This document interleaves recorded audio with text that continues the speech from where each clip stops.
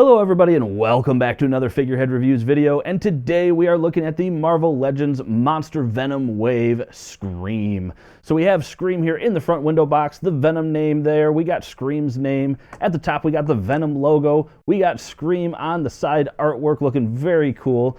We get the product shot as well as all the other figures needed in this wave to complete the Monster Venom Build-A-Figure. And at the top we have the read-up, a former security guard, Donna Diego, is merged with components of the Venom symbiote and becomes the tendriled villain Scream. And at the bottom we have the UPC code, so you can check with your local retailer to see if they have this in stock.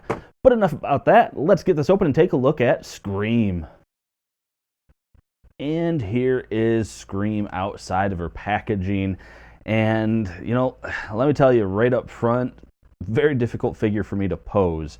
Her hair being one big molded piece makes it very difficult for any turning of her head, but also makes her incredibly unbalanced. It was really difficult just for me to find a pose for this. And then this bicep right here is a very loose joint on mine. Unfortunately, so I couldn't really do a whole lot with the arm. I finally got it to sit upright. It was either going to be upright or like dangling down at a weird angle. But, you know, either way, I got her into this pose. You can kind of see that ankle, though, is really torqued. But anyway, it is a cool addition, just more of the symbiote family. So she does not come with any accessories, so we're just going to jump right in and get a better look here at Scream. And getting up close to Scream here, we can see we get a pretty cool head sculpt, very similar to Carnage. The eyes and the mouth anyway are very similar looking. The paint on the teeth could have been a little bit better, but from a distance you're not going to notice if they're a little off-centered like mine are. I think they came out just fine, and honestly, as I'm looking down as opposed to my monitor where I'm looking at my footage, when I look down at the figure I can't even see the paint mishaps. So you got a little bit of a mishap here at the hairline where the yellow is peeking through at that red paint, but that's not terrible. Looking at the rest of the hair or the tendrils, I think it was really well sculpted and it is a very cool design. The paint is very basic, just the red down the middle, and then you have the yellow for the actual plastic. The hair itself is a little bit of a flexible-ish material when you get to the thinner parts, but where it's thicker, it's not really that movable. But I do like the look, and I like these almost hooks or harpoon-looking ends on each of the pieces coming off. So I think that is a really cool addition. Looking at the rest of the figure, so we have a pretty standard female body mold that we've seen before. This is the larger female mold, and then very basic paint. We get this yellow metallic-looking plastic, and you can see some marbling even a little bit there on some of the pieces. But then you have this brown paint that we get on the inside of her arms. We get it on the sides there, and then of course we get it on her inner thighs going down to her inner calves. So minimal paint, but it came out looking good, and considering the lines are all sort of jagged, there's really no concern with, you know, how smooth the lines are. If there's a little bit of fading, which I'm not honestly seeing any, it came out really nice.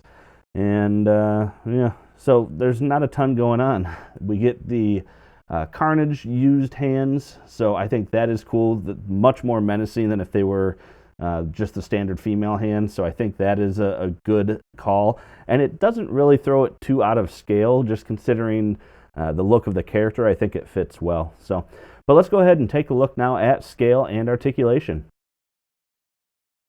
And looking at the scale here with Scream, we can see we're at about 6 1/4 inches tall on the figure, so not too bad. The head, you're not going to get a whole lot out of it. You can look down, but that's going to flare the hair back, and you can't look up really at all. I will say you notice the hair is contoured to her back, so that is kind of nice that it can at least get a little bit flat. You get a little bit of rock to it. If we can, yeah, a little bit. And side to side's not terrible. You might have to kind of pull it over the shoulder, but obviously that's going to limit what you can do with the shoulder. So for the most part, you're going to have to get creative with looking mostly straight ahead or just slightly to the side. You got arms that can come up quite a ways. You have a bicep swivel, single jointed elbow, and we have, do we have rotation at the elbow? Yeah, there we do. I was going to say, I thought we would have rotation at the elbow. We have a hinge and, of course, rotation at the wrist. You get a diaphragm joint, which doesn't do too much forward. It can do some decent back, but again, that hair might get in the way.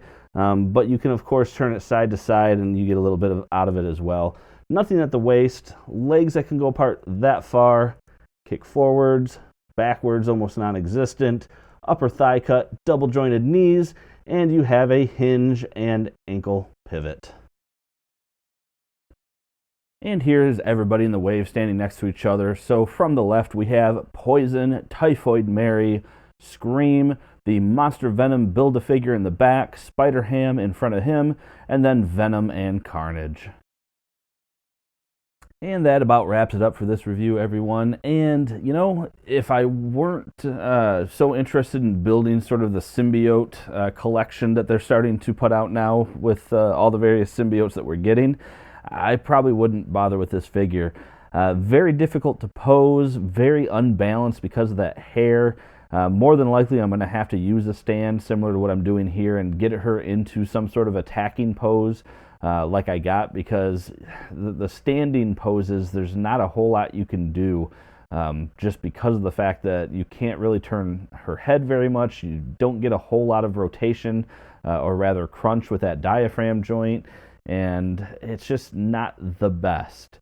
But if you're like me and you're trying to fill out that symbiote collection, then it's absolutely worth getting just because you'll need it. Anyway, so as I said, that is it, guys. So make sure to hit that like button if you like this review. Leave a comment down below. Let me know your thoughts on this figure. And aside from that, thanks for stopping by and watching my video, and have a great day.